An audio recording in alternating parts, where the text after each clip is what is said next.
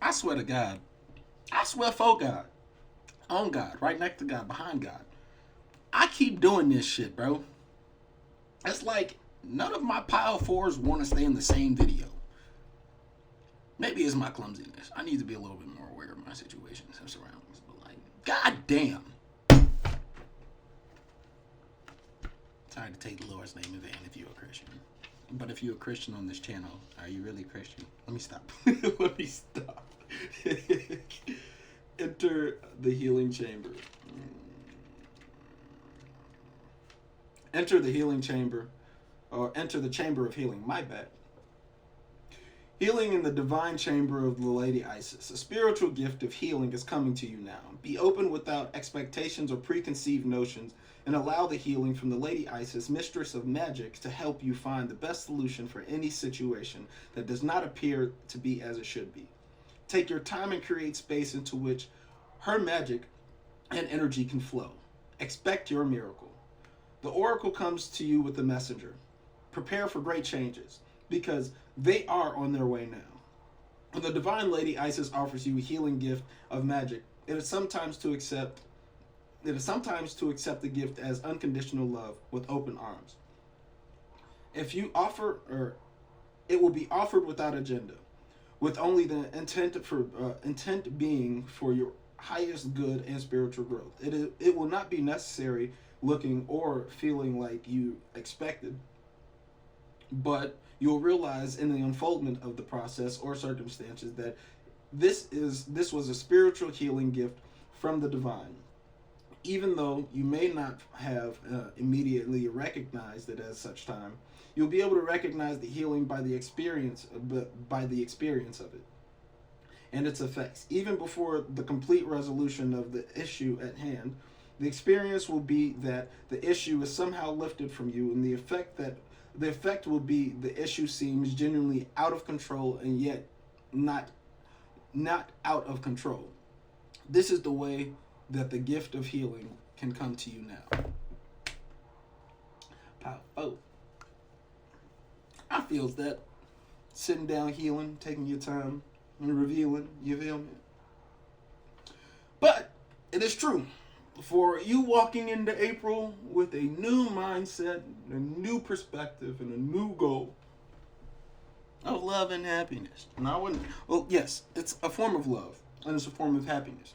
For your stability, you're moving with your stability, with your head high.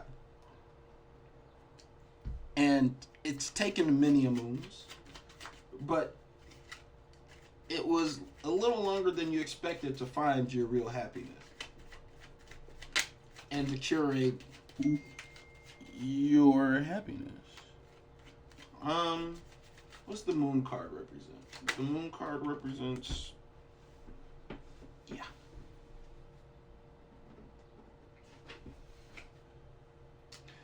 Your days of howling at the moon. Oh, come on now, focus. Hello.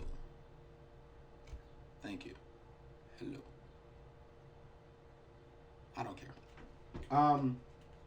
Your lack of happiness. The times of your lack of happiness is over, for you're fully ready to proceed. To proceed forward with whatever what your happiness was. What kept your happiness from you?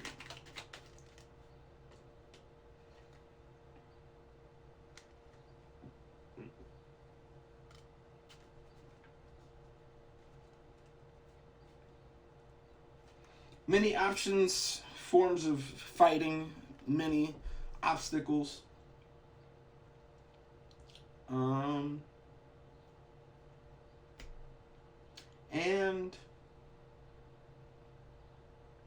the sense of not necessarily moving forward. For you are moving forward,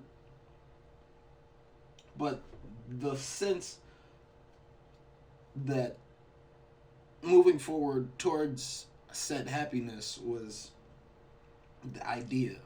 But in all actuality, it's slow and steady wins the race opposed to just running past it and just saying, hiya.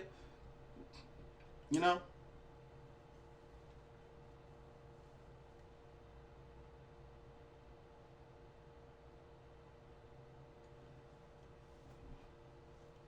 You're curating your happiness by the choices that you make. Because if you don't make certain choices, life will make them for you. But through your passion to acquire your happiness, you're able to become more giving. Your stagnation was in the sense of you looking to receive. But the choice of going forward is by pointing out that you whatever you want your happiness to be, you go forward. What's this Queen of Cups represent?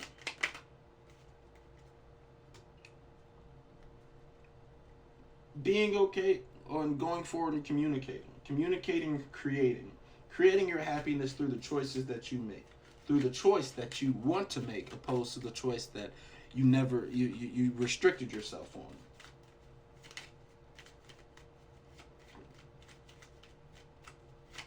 Let's see.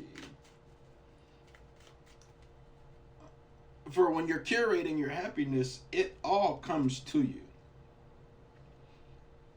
The real success comes to you in curating and sitting down and appreciating what you are able to do and bring. And you keep your head up high, even though there are certain things that would like to restrict your happiness. You being able to move forward is your essential happiness. But moving forward with your head high and not allowing slight instances to deter you. Slight instances of negativity. What's this mockery? What is this mockery? What is this mockery? What is said mockery?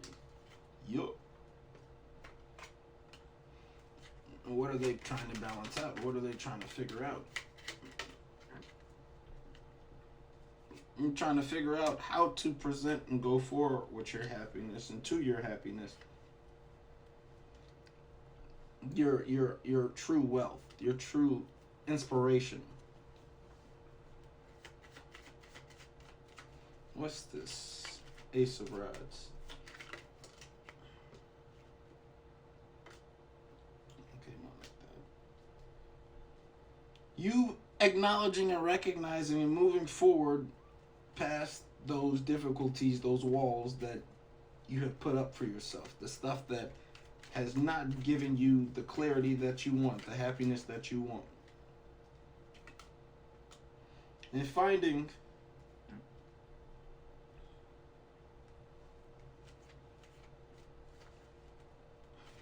you knowing what you can obtain.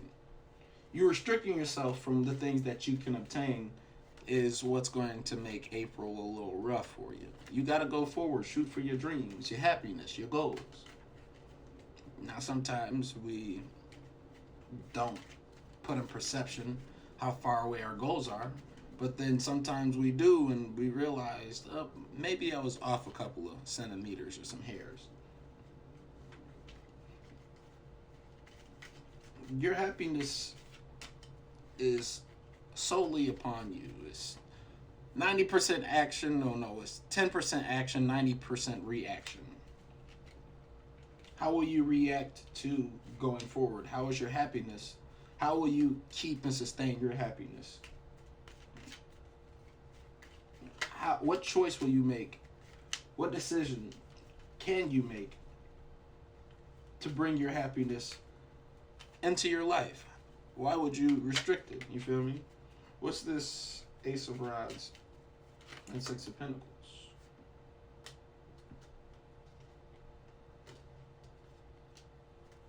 Not perceiving that there's going to be a fight. Not perceiving that there's going to be a fight and moving forward. Being more nurturing towards yourself and the ideas that you have.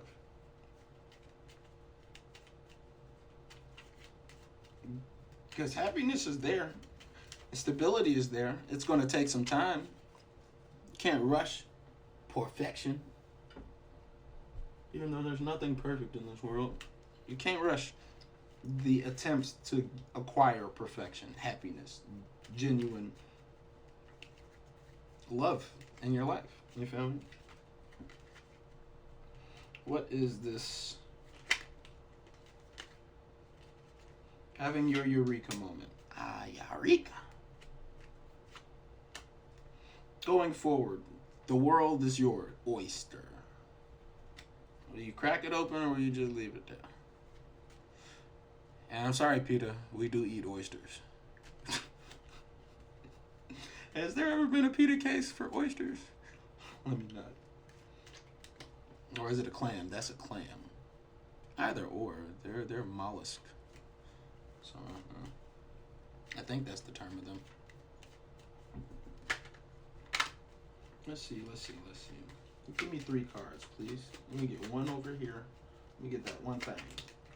Or you just give me 3. Out of the way. Alright, I ain't even mad at it. I did ask.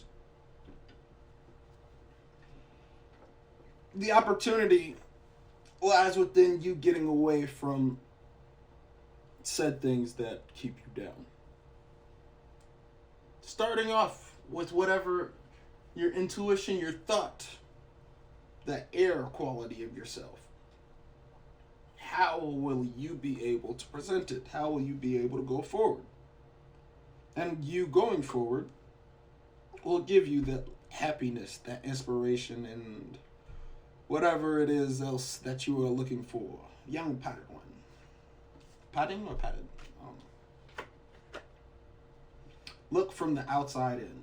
In the late 1950s, Seattle motorists began noticing small pockmarks. Small pockmarks on their window seals. Two theories arose to explain the mystery pitting. Russian atomic tests have contaminated the atmosphere, and this, combined with Seattle's moist climate, has produced fallout that was returning to the earth in glass ash dew. And 2, Seattle recently constructed roads were flinging acid rain or acid drops against the windshield. The feds investigated the mystery and discovered that there was no instance or increase in windshield pitting at all. As a result, the windshield pitting became widespread and people checked their cars. Most did this by looking through the glass from the outside of the car instead of the inside. This revealed the pitting that inevitably caused by normal wear of the windshields.